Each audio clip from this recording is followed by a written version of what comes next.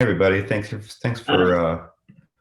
sticking in there with me. I wanted to start by sharing a text. Excuse me while I just pull up here on my computer, um, about MLK and about um, justice in the Jewish tradition. And what I want to focus on is some words from Martin Luther King Jr.'s famous letter from the Birmingham jail, which I'm sure many of you are familiar with. Um, but I wanted to start with some of his words there, not the whole letter, and then continue with some words that came from Rabbi Abraham Joshua Heschel, who famously marched with Dr. King, um, sort of in response, not necessarily in response to this letter, but in thinking about justice. So, King says, towards the end of his letter, he says, "I must make two honest confessions to you, my Christian and Jewish brothers. First, I must confess that over the past few years, I have been gravely disappointed with the white moderate. I have almost reached the regrettable conclusion that the Negro's great stumbling block in his stride toward freedom is not the white citizen's counselor or the Ku Klux Klanner, but the white moderate, who is more devoted to, quote, order than to justice, who prefers a negative peace, which is the absence of tension, to a positive peace, which is the presence of justice,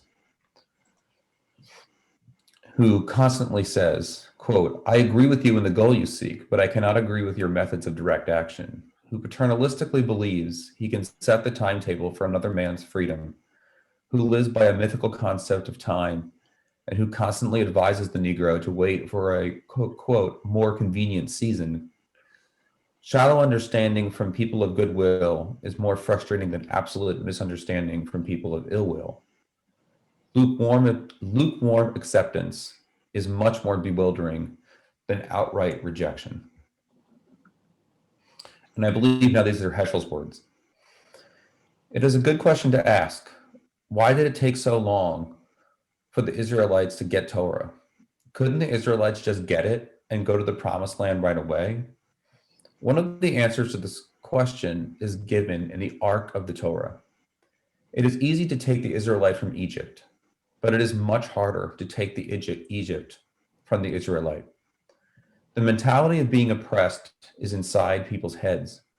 The idea that slavery was not so bad after all. Let's go back to Egypt now, as we know, to the point that God will decide that the entire generation that came out of Egypt, with two exceptions, are not going to enter the promised land.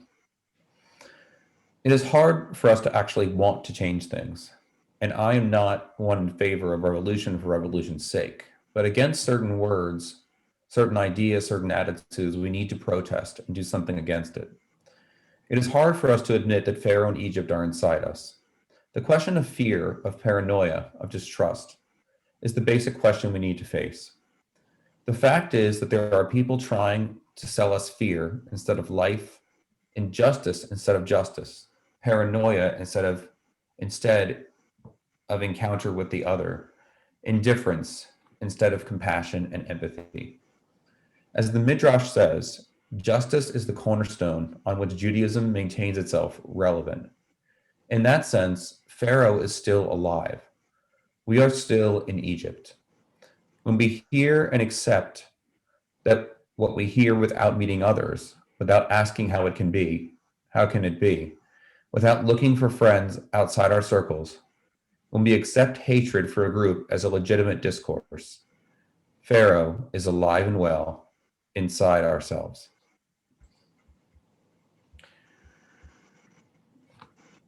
I hope for you that these two texts together were as powerful for you as they were for me, as they are for me. Facing the Pharaoh within yourself is such a powerful idea. It's such a beautiful, profound concept. Of course, it's juxtaposed with seeing ourselves as we personally came out of Egypt. We approach Purim in the next month, and we deal with Haman, who is another pharaoh. We deal with Haman, who is another Amalek. And Amalek, the first to cut the Israelites down in the desert, the weakest of us from behind where we couldn't defend ourselves, is considered the ancestor of Haman, and Haman is considered the ancestor of Adolf Hitler. And when we think about having this pharaoh inside us, we think about, we see with the Capitol riots, we see with people doing these things, that their pharaohs are out on display. Their hate is out on display, but we all have the pharaoh within us, and that's the profound nature, I think, of Heschel's words from a Jewish perspective. And then, of course, King's perspective is about the white moderate, that says not yet, and to some degree, us Jews have become the white moderate. At least those of us who have the appearance of white people, which there's a whole probably other discussion about what that means, whether or not Jews are white or not.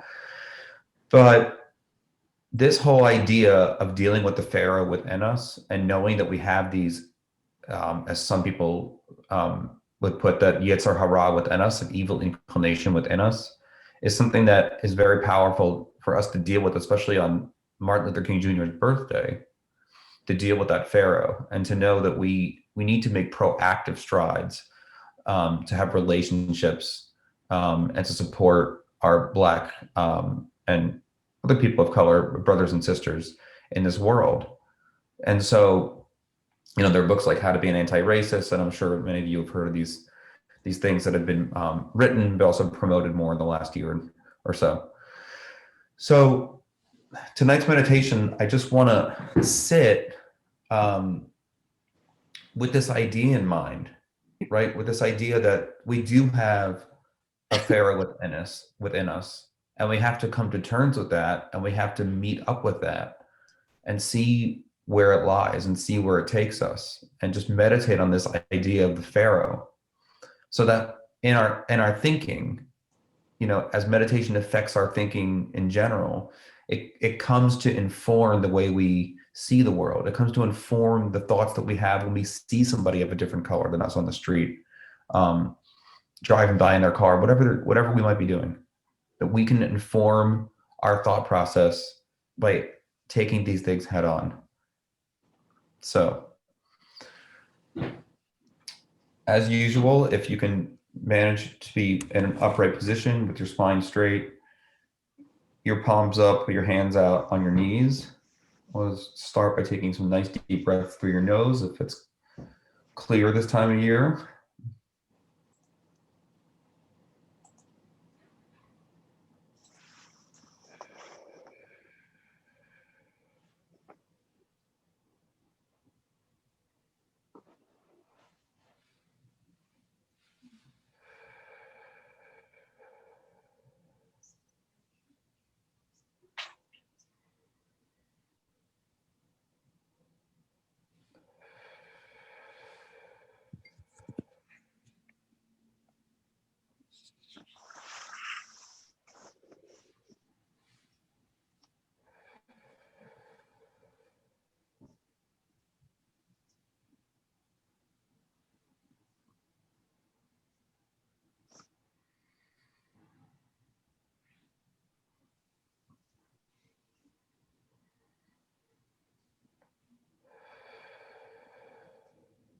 Let's think about how the birthday of Martin Luther King is close to the holiday of Tu B'Shvat, the renewal, the birthday of the trees, the saplings.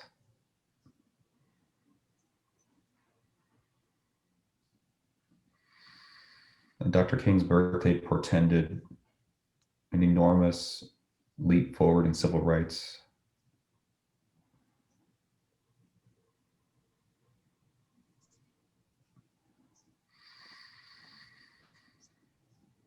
What does this year portend for us on this day of King's birthday?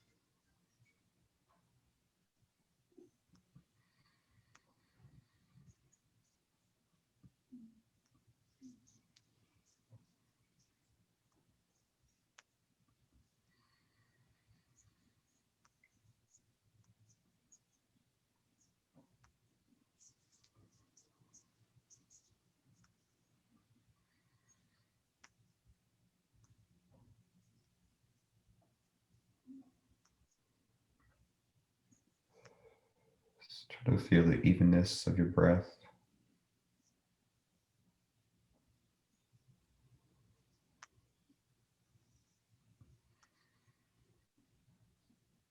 Ask yourself, where are you fearful? Where are you afraid?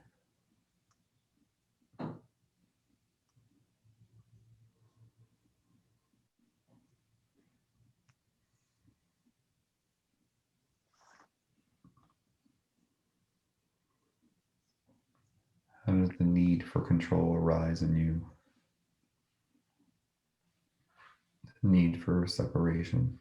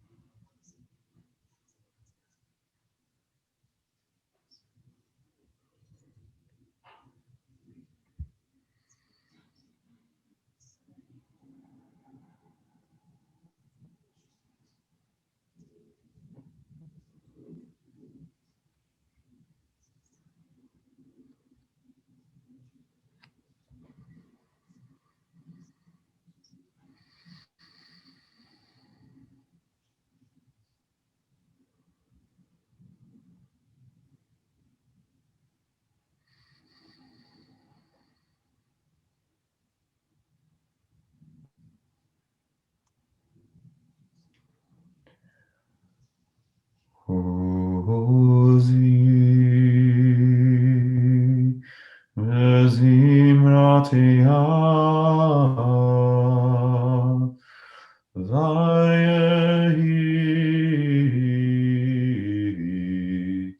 Yeshua Ozi Vezimratiha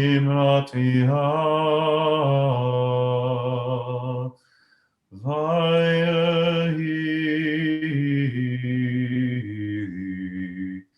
Yeshua Ozi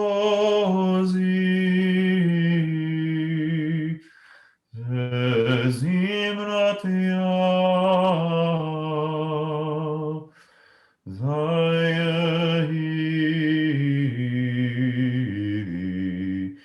Yeshua Ozi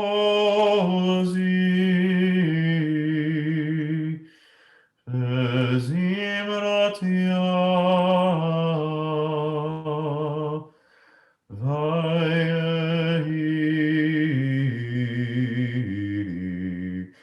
Yeshua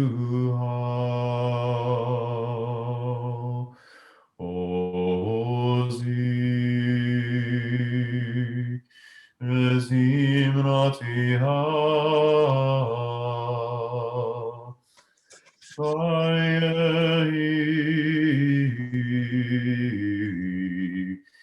Yeshua Ozi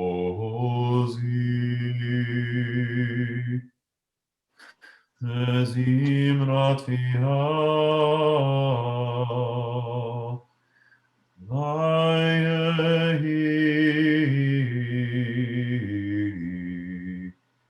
Yeshua.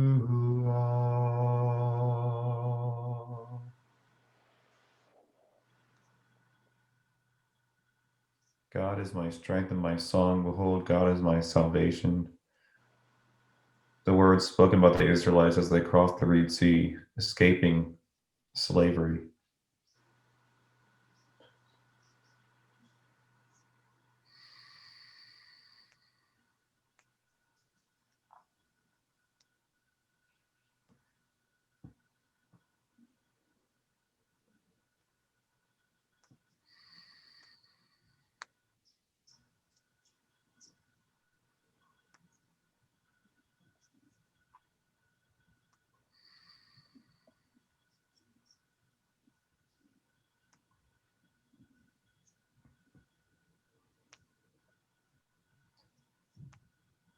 And we'll start to open our eyes now.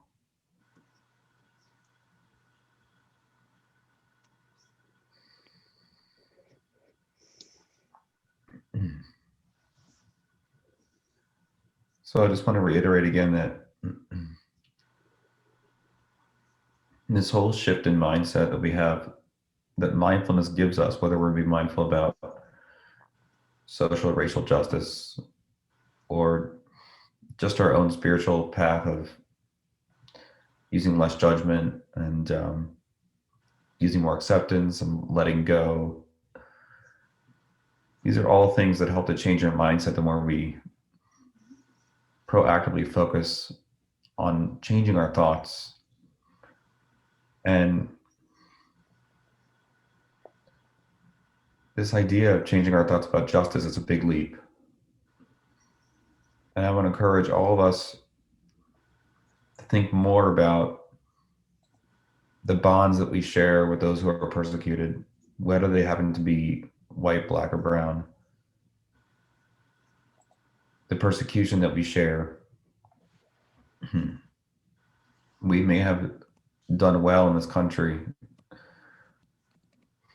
but we still face so much ignorance and so much fear and so much xenophobia, much like our black brothers and sisters. And we have to remember that, and we have to focus on it.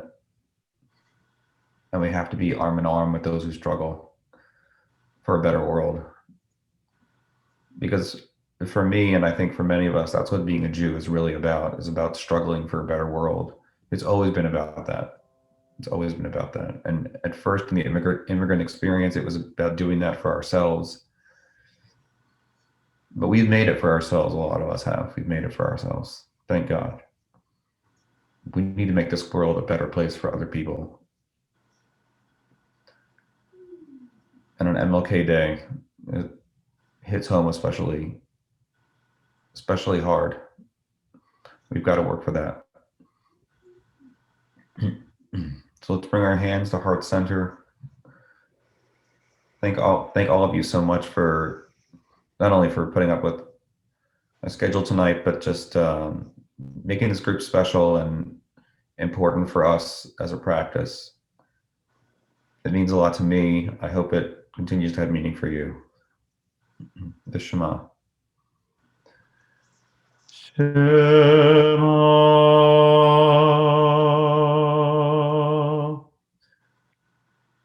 Yisrael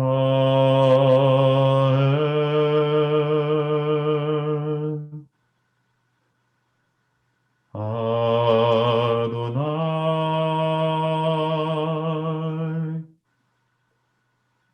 Eloheinu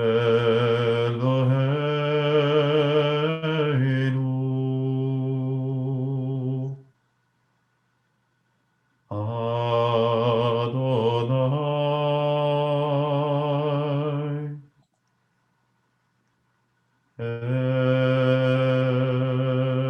Echad.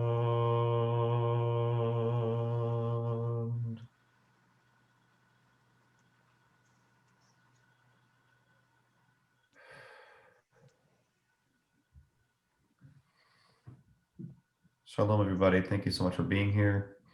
We'll be together again next week at 7 p.m. I promise it'll be 7 p.m.